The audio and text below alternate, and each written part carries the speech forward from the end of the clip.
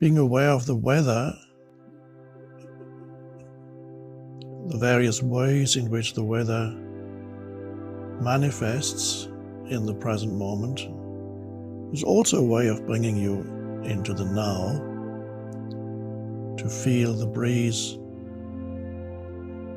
of the air on your skin, for example.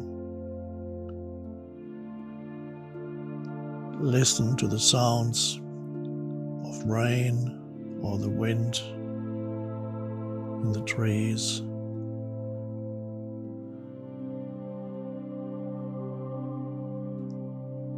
And one of my favorites is watching the sky, the continuously changing paintings, abstract paintings that appear in the sky. The air, breathing in the air, the scents, the smells of nature.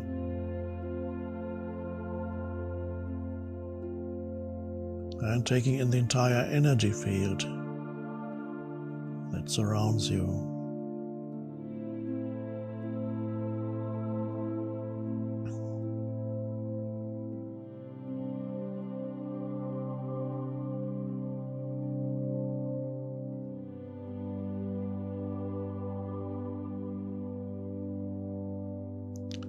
Now where I'm sitting, there's not much nature in this room. It's a little studio,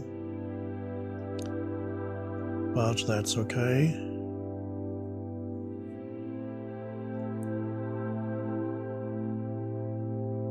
If you go within, you encounter your own nature, your own essential nature.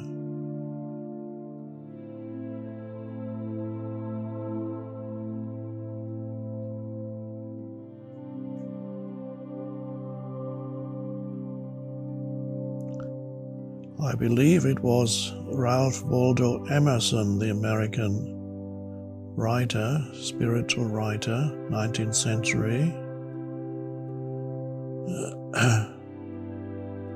who said something like,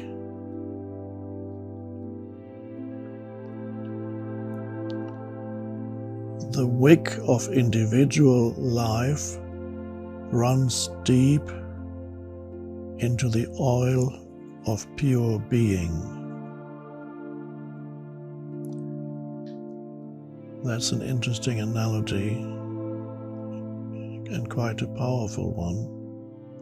The wick, if English is not your native language and you happen not to know what wick is the string that is in a candle that you light that draws up the wax, or it's the string in an oil lamp, and you light the wick that sticks out of the oil, and you light it, then it's a flame. The wick draws up the oil. That oil is then consumed by the flame. So that's the wick. And in this analogy, he said, the wick of individual life, your individual life, runs deep into the oil of pure being.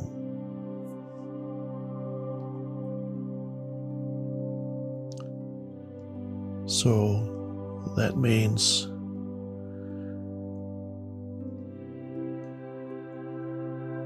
there is a great depth within you, and your individual consciousness derives its sustenance from the greater universal consciousness, is only a manifestation or an emanation of the greater one consciousness that you also are, that you are more fundamentally than the individual. The wick that's burning on the surface. You are a surface phenomenon on the level of your physical body and the sense-perceived, all the sense-perceived aspects of yourself. And even your thinking, although your thinking is already exists in the realm of invisibility. Nobody has ever seen a thought. You cannot see a thought. You cannot perceive it with your senses. And yet even thinking is a relatively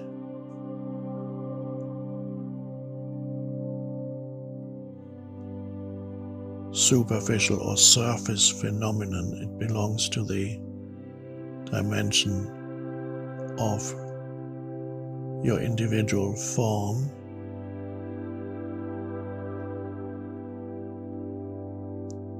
But there could be no thinking and there could be no sense perception if you were not connected to something deeper, which is consciousness.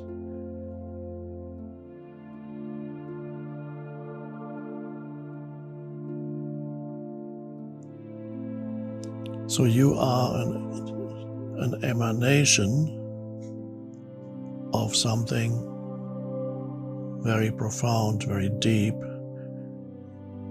that connects you with the totality of the universe.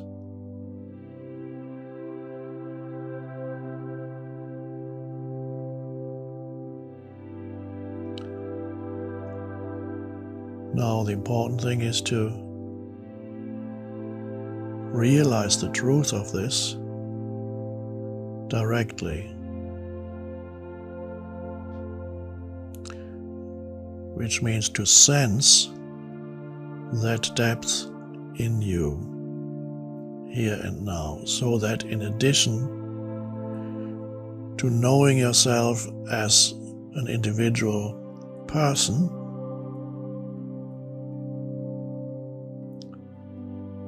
in the analogy that Emerson used, that's the wick, in addition to knowing yourself as an individual person, surrounded by many other individual persons and life forms. In addition to that, you are aware of a deeper dimension within yourself.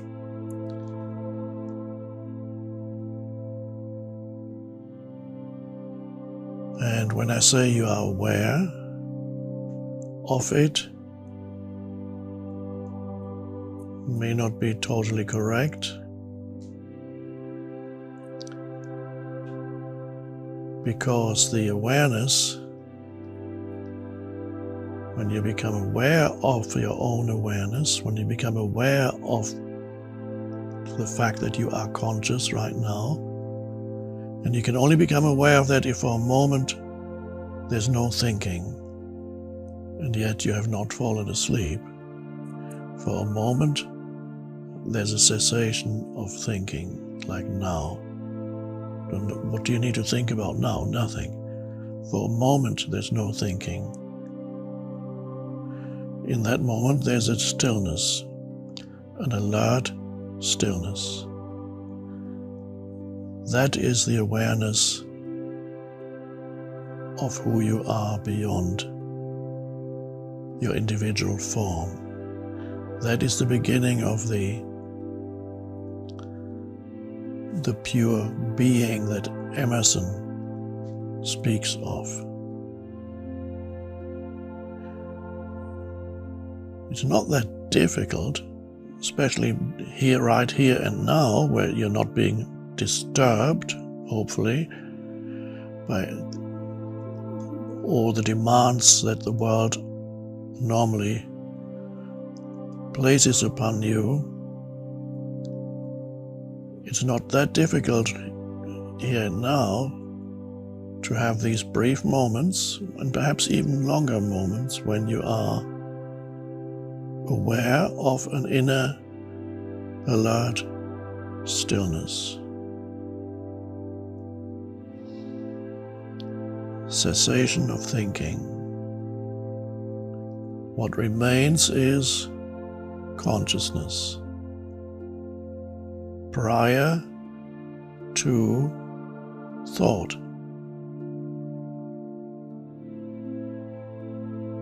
Consciousness before it becomes a thought.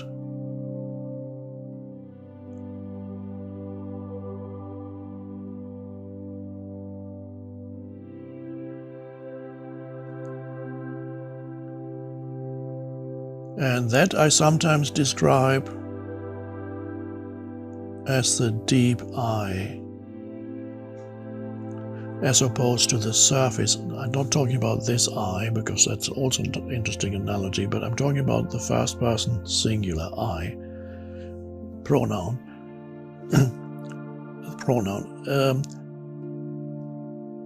The deep I is that being,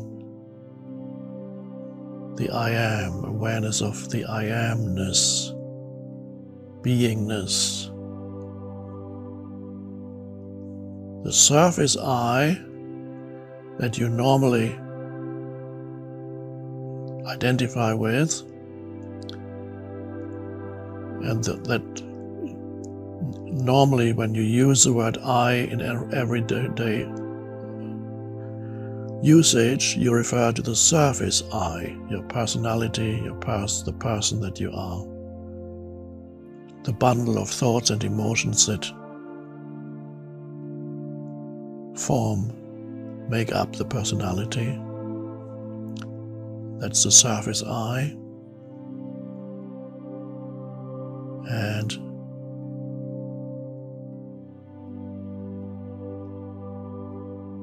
in the absence of thought activity, the surface I subsides. And if you have not fallen below thought and towards sleep, but have risen above thought, then there is an alert stillness, not a tired stillness.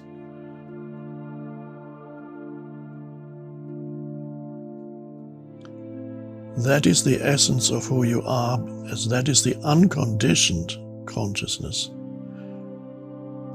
And it's so close, it's not that difficult to experience, to realize this alive depth in you, where the personality is transcended.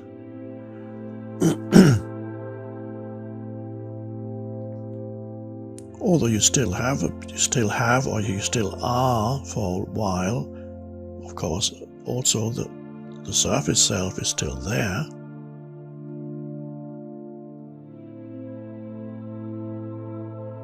And most likely you will again and again become completely identified with the surface self, which is a normal human consciousness, the normal unawakened consciousness, the normal fairly dysfunctional consciousness. And dysfunctional because it doesn't know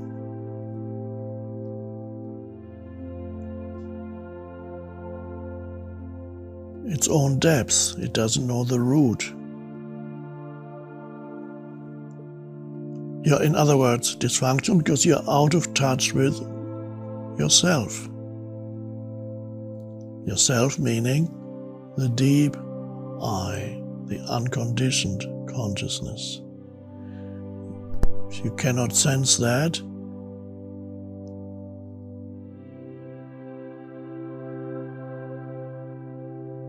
in the background, even while you are acting in this world as a person,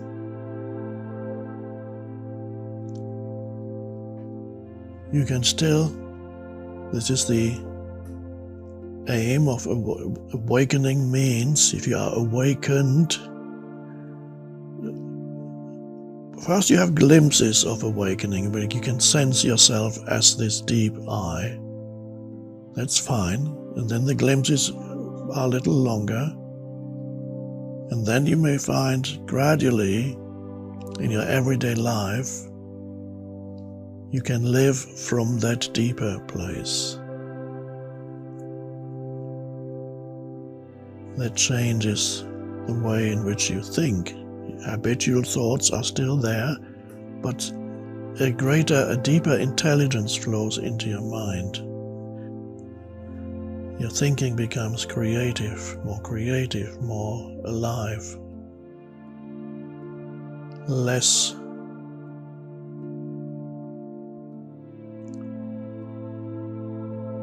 dysfunctional, doesn't create suffering anymore for yourself and others, because otherwise your thinking creates an enormous amount of suffering, unhappiness. This is still the case for millions of humans on the planet.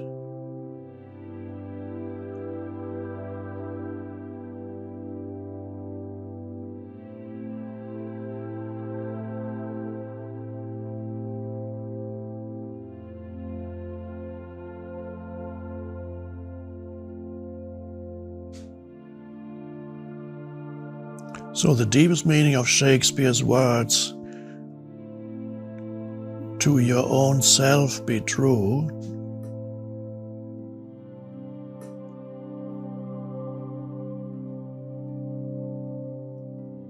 the deepest meaning of that is to be in touch with that pure being, which is the unconditioned consciousness, which is your true being, your true self. It is no longer a separate self. It connects you to the totality.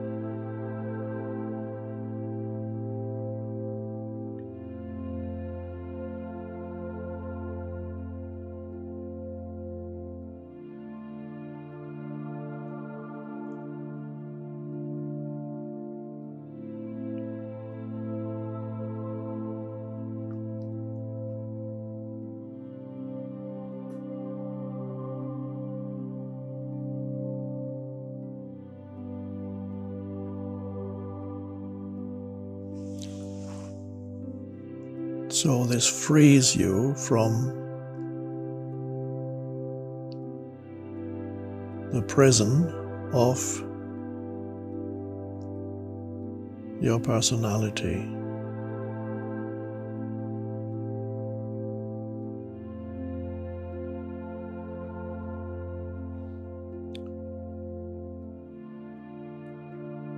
If you're not aware of that deeper dimension to who you are, you're trapped on the surface level of who you are, constantly looking for an enhanced sense of identity on the surface level, where no true and ultimately satisfying sense of identity can ever be found.